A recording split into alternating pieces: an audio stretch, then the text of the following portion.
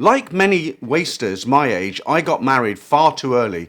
It was okay at first, but after the birth of my first child, my wife morphed into your typical household tyrant, like your typical school bully.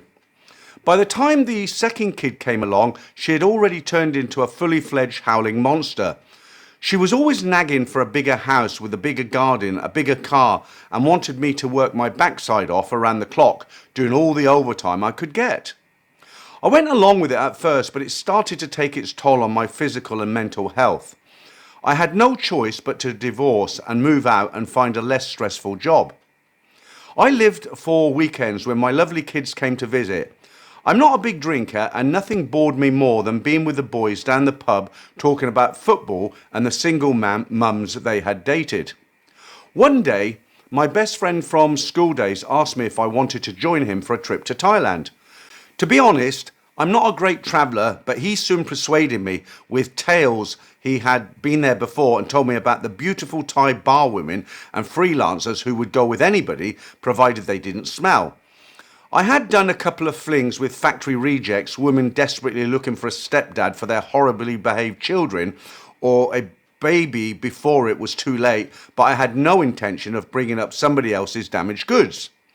We found a very reasonable package deal online for 2 nights in Bangkok, then 8 days in Phuket. I couldn't wait to go.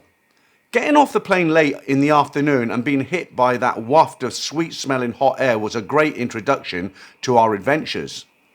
You know, you were in a new land from home. Despite all the warnings we had been given, we got an overpriced taxi to our hotel. Our second newbie mistake was hitting Pat Pong and allowing ourselves to get talked into a ping pong ball show in one of those upstairs bars. It was far too seedy and pushy for us, and when we split after only 20 minutes, our beers came to 900 baht each. It was pay or fight our way out, and we were too jet-lagged to put up any resistance. We then jumped into a taxi to Soy Cowboy, which was fun. Every bar we went into, girls came and sat with us, but we never took anyone.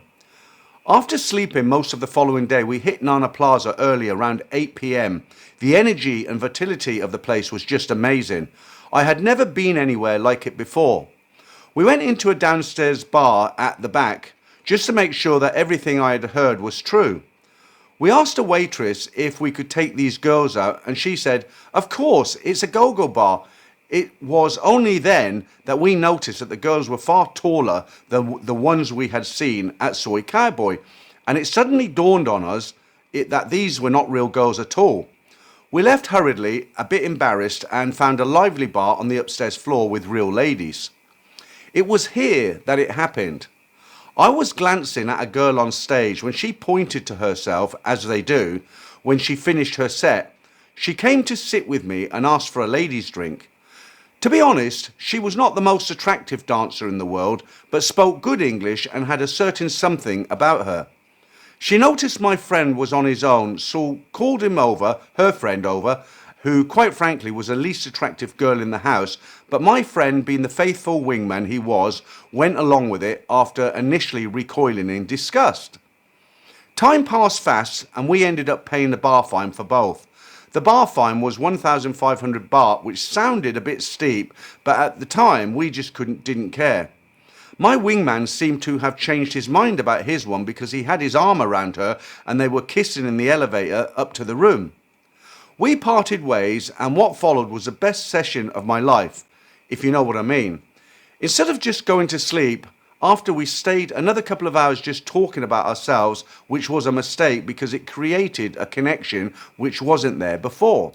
I woke up before her in the morning, and as I gazed at her long black hair lying so peacefully like an angel on the pillow, I couldn't help thinking how kind fate had been to me in bringing her into my life.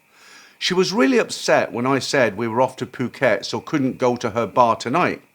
She stopped short of sobbing, but her emotions seemed genuine as far as I could tell. I struggled to hold back a tear myself. I had never felt this way about anyone before. She had put a spell on me and I was smitten.